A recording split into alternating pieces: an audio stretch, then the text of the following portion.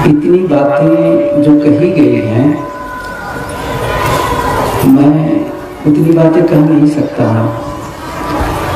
हम सभी जानते हैं, उनके साथ उस समय बिताने का अवसर मिलता था।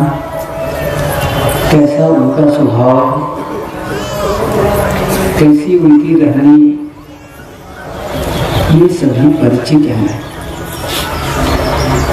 असली बात है कि अब उन्होंने जो दिशा निर्देश दिया है, उसके अनुसार हम कितना जी पाते हैं। वो जीवन मुक्त थे या बंधन में थे, कितने रहने संपन्न थे, ये हम नहीं जानते हैं। तो स्वामी जी ने भी कहा है कि जिसने कहा कि मैं संत को चीन लिया, तो फिर मैं अपने कान में हाथ रख दिया कि संत को कैसे पहचान लिए भाई। ये तो बड़ी बात है। अभी साथी आनंद स्वरूप जी कह रहे थे कि सूर्य को देखने के लिए सूर्य की रोशनी चाहिए, तो किसी संत को जानने के लिए हमें भी संतत्व के कुछ गुण तो चाहिए। अब वो नहीं है तो हम कैसे पहचानेंगे। इसलिए मैं इतना अवश्य जानता हूँ कि जैसे अभी कई साधिकाएं भी कहीं कि साधियों के संरक्षण करती थी। आश्रम निर्माण का प्रारंभ गुरुदेव जी का निर्देश था, अवश्य उनका संरक्षण था, लेकिन गुरुदेव जी कह के चले जाते, यहाँ रह करके साथियों को संगठित करना, ऊंच नीच परिस्थिति में संभालना, ये तो वही करती थी। मिल करके करते थे उनके साथी लोग सब मिल करके, तो वो बढ़िया चला, सब कुछ अच्छा है, अच्छा चल रहा है। मैं एक कुछ बात ऐसी कहना चाहता हूँ, शायद वो बात कितना पसंद आएगा मैं नहीं जानता हूँ, लेकिन देखिए, एक जीवन को हम, सुशीला साहब को हम दो भाग में बांटते हैं, दो भाग में। एक उनके जीवन काल और उनके जीवन पश्चात, एक जीवन काल और एक जीवन पश्चात, अर्थात देहावसान के बाद की स्थिति। मैं नहीं जानता कि क्या हुआ, कैसे हुआ, मेरी अनुपस्थिति थी, लेकिन ये सभी महसूस करते हैं कि जो हुआ वह अच्छा नहीं हुआ। वही होता जो पहले चल रहा था, आगे भी वही चलते रहता, सबको अच्छा लगता, लेकिन अब पीछे जाकर के नई शुरुआत नहीं कर सकते हैं, पीछे जाकर नई शुरुआत नहीं कर सकते हैं। जो हुआ उसे स्वीकार करना चाहिए। किसकी गलती, किसकी सही, कौन गलत किया, इस पचड़े में पड़ करके अपने को उलझाना, ये गलत है, ये गलत है।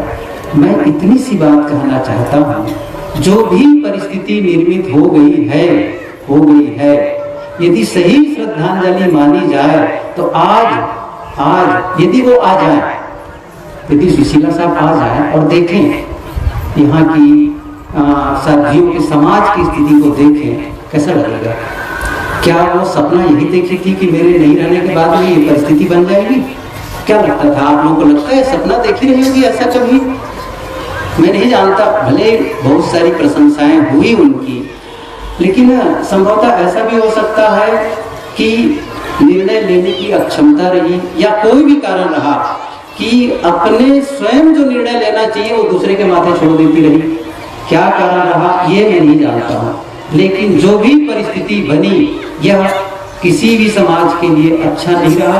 क्यों मैं इसलिए कह रहा हूँ, मैं भी चिवड़ी गया था कुछ दिन पहले ही, तो एक बहुत बुजुर्ग भक्त, नाम नहीं लूंगा मैं, वो रिटायर्ड टीचर, हमारे संत बैठे हुए थे, उनसे ये बातें चल पड़ी, साहब पहले कहाँ आएंगे, इलाहाबाद से कहाँ आएंगे से, तो उन्होंने एक जोर से कह भी दिया कि ये जो कुछ हुआ है वो हमें तकलीफ देता है, ये तकलीफ देता है।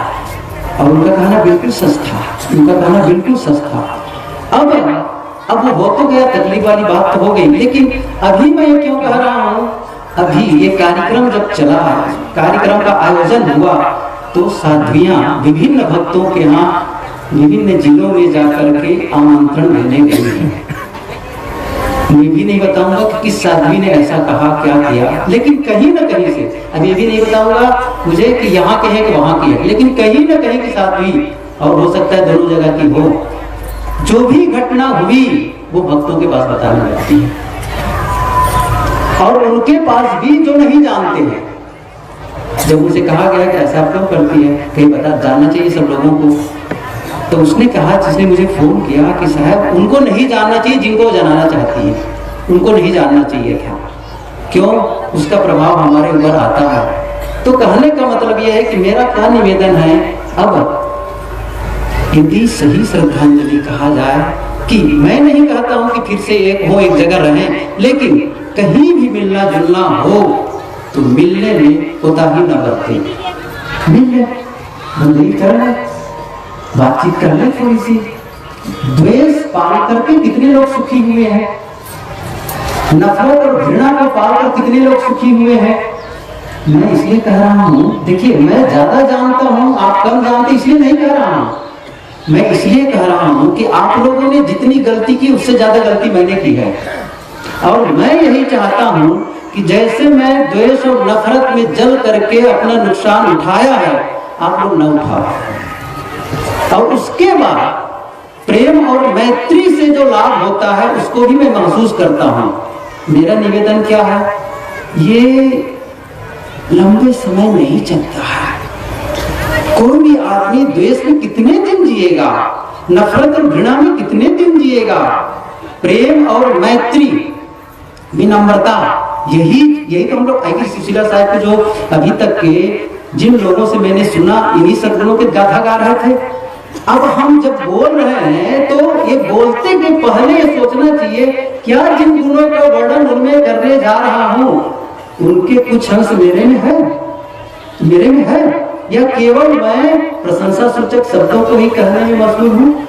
नहीं, मैं कह रहा हूं कितनी आप साधना की ऊंचाई पे उठते हो आपका विषय है, ठीक है, लेकिन सामाजिक समरसता को बनाए रखने के लिए, भक्तों की श्रद्धा को बरकरार रखने के लिए, ये ध्यान दीजिए। देखिए भक्त लोग तो सब कुछ लेने को तैयार हैं।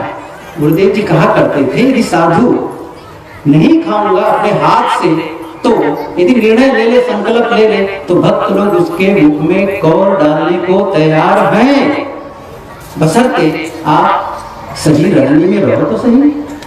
साधु यदि सही रहने में है तो भक्त लोग सब कुछ निछावर करने के तैयार है। और श्रद्धा उनकी है, श्रद्धा को लेना ये अलग बात है, श्रद्धा को पचाना बिल्कुल अलग चीज है, बिल्कुल अलग। वो जहर पचाने तरीके हैं। किसी की श्रद्धा को, कोई श्रद्धा बरकरार रहे, इसके लिए आपको कितनी मेहनत करनी पड़ती है पता है? कितना विश्वास करते हैं उनके यहाँ जब जाते हैं तो घर छोड़ देते, कमरा छोड़ देते, वहां जहां उनका धन है, जहां उनके पैसे रखे हैं, संत है कोई बात नहीं है। अब सोचिए, मैं उनकी श्रद्धा का, विश्वास को तोड़ा तो फिर केवल मेरे प्रति ही अश्रद्धा नहीं होगी, पूरे समाज के प्रति अश्रद्धा होती है। आप लोग को पता है, आसाराम बापू जब जेल में गए थे, हम लोग आसाराम चिल्लाते थे, शूटिंग करते थे लड़के, बहुत लोग हम लोग को देख करके। क्या कह रहे हैं? केवल गलत एक आदमी करता है, प्रभाव पूरे समाज को होता है। अब जो परिस्थिति बन गई है, मैं उसके लिए कुछ नहीं कहूंगा, मैं कह रहा हूं पीछे जाकर शुरुआत नहीं कर सकते, लेकिन आज से, क्यों, हमारा भविष्य बचा हुआ है, भविष्य में जीना है, इन्हीं लोगों के बीच जाना है, तो आप उन पुरानी बातों के बारे में बात करके फिर से घाव को ताजा न करें। कहा तो जैसा हुआ, अब हम विनम्र कुछ कहें तो क्षमा मांग लो, हाँ गलती हो गई, कोई बात नहीं, लेकिन अब हम सावधान हैं, अब ऐसे नहीं करेंगे।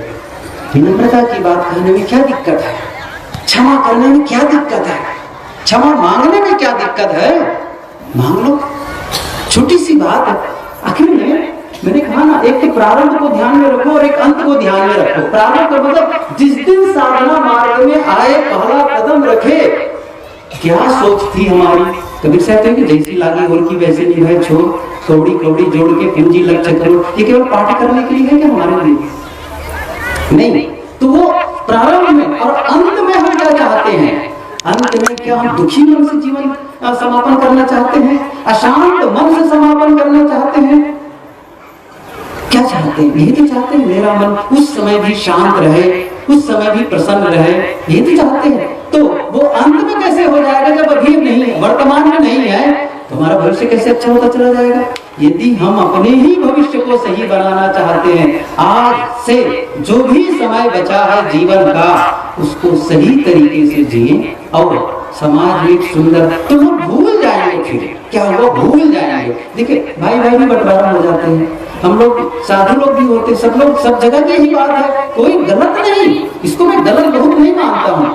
प्रक्रिया भले गलत रही हो वो भी अलग विषय होगा, लेकिन अब से कभी भी किसी से मिलना जुलना हो तो नफरत के भाव से नहीं, क्यों याद कर सकते हैं, द्वेष के भाव से नहीं, घृणा के भाव से नहीं, पुरानी बातों को याद करते हुए नहीं, बल्कि यदि पुरानी बातों को याद करनी है तो पहले आपस में प्रेम और मैत्री का भाव था, उस भाव को याद करते हुए मिले। मैं क्या ये मैं आसान है ऐसा करना? आसान नहीं है, आसान नहीं है, लेकिन असंभव नहीं है, असंभव नहीं है। यदि आप चाहें तो ऐसा कर सकते हैं, वह आपके लिए भी अच्छा होगा, समाज के लिए अच्छा होगा और भक्तों के लिए भी अच्छा होगा। वो देखना चाहते हैं, वो सफेद कपड़ा को देखना चाहते, बड़ा उनके मन में बड़ी कामना है हम लोग को लेकर के, साधु ऐसा जीवन जिए, ऐसा वो देखना चाहते हैं। और वहां जब गलती होती है ना तो उनके मन में इतनी, अच्छा दूसरे मत के लोग आकर कहेंगे तुम्हारे साधु ऐसे हैं, कितनी उनको नकटाई लगती है बेचारे को, समझ उनकी लाज को समझ रहे हैं, उनके जो दर्द को हम लोग समझ रहे हैं, नहीं समझते हैं। जिस दिन उनके दर्द को समझ लेंगे ना तो लगेगा नहीं मुझे ये गलती नहीं करनी है, मुझे ऐसा व्यवहार नहीं करना है, ऐसे निंदा और चुगली की बात मुझे किसी के पास नहीं कहनी है, जो हो गया वो अतीत है, अतीत है, उसको दफना दो, दफना दो बस। आज वर्तमान बचा है और इसी वर्तमान में हम सही जिएंगे तो हमारा बचा हुआ भविष्य भी हमारे लिए उज्जवल होता चला जाएगा। परस्पर मैत्री प्रेम कहीं हो, विश्वास हो एक दूसरे के प्रति, कोई आदमी किसी का दुश्मन नहीं। कभी सामने कितनी तेरा बैरी कोई नहीं, तेरा बैरी है, इस साहब का कौन है दुश्मन?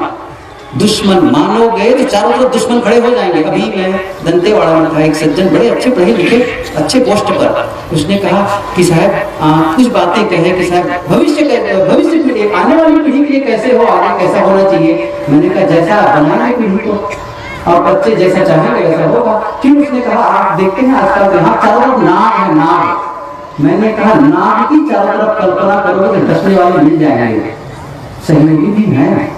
आप फोकस कहाँ कर रहे हैं? तो सहयोगी भी हैं, प्रेम करने वाले भी हैं, अच्छे लोग भी हैं। आप क्यों सोच रहे हैं कि नाग हैं? क्यों कह रहे हैं कि गलत लोग हैं? क्या अच्छे लोगों से दुनिया खत्म हो गई है? हर समय अच्छे लोग रहें। आप अच्छे लोगों से मिलना चाहेंगे, अच्छी और कब होगा जब अच्छी मुझे साहब जिस दिन बहुत अच्छी बात कर रहे थे, अच्छी संगत नहीं करोगे तो जीवन खराब होता चला जाएगा, खराब होता चला जाएगा। सही है, तो अच्छी सोच आप रखेंगे तो अच्छे लोगों से मुलाकात होती चली जाएगी, अच्छे शब्द बोलेंगे तो अच्छे लोग आपके नजदीक आते जाएंगे। लेकिन आपके मुंह से जहर निकल रहा है, मेरे मुंह से कटका निकल रही है, क्या हो रहा है? मैं सोचता हूँ यदि यही साधिकाएं पीछे लौट के देखेंगे ना तो अफसोस करेंगे, गले बैठेंगे मेरे मुंह से कैसे शब्द निकलते थे, उफ मैं साधु हूँ, मैं साधिका हूँ, मैंने ऐसे शब्द बोले, अपने आप को धिक्कारेंगे। लेकिन अब वो अवसर नहीं रह गया है। अभी भी आत्मग्लानि में अपने आप को प्रताड़ित न करें, मैं कह रहा हूं प्रताड़ित न करें। अब से क्षमा मांग लें, जो कुछ हुआ अंदर से अकेले में बैठ करके क्षमा याचना कर लें पूरी सत्ता से, जैसे भी हुआ है, और फिर से एक नए जीवन की स्थापना करें। और मैंने कहा था ना सुशीला साहब के जीवन का और जीवन पश्चात, ये जीवन पश्चात भी वही हो जो जीवन काल में होता रहा है, परस्पर मैत्री और प्रेम का व्यवहार। ये संदेश यहाँ से जाना चाहिए, यहाँ से जाना चाहिए, ये मेरा निवेदन। और शायद यदि मैं भी ऐसा कर सकूं जैसा मैं बोल रहा हूँ, वही मेरे मन में विनम्रता और शालीनता। मैंने कहा ना मैं दोनों को जानता हूँ, द्वेष और नफरत के भाव को भी जानता हूँ अपने मन के, और प्रेम और मैत्री के भाव को भी मैं जानता हूँ। और आप सभी समझ सकते हैं इसके अंतर कितना होता है। मैं भी अपने मन में प्रेम और मैत्री जगा सकूं तो मैं समझता हूँ यही मैं सुशीला साहब के लिए सही श्रद्धांजलि होगी। आप सबको नमन। और जो कुछ कहा शायद कटु लगा हो उसकी भी क्षमा कर देंगे। सब धन्यवाद। बोलिए सतगुरु देव की जय।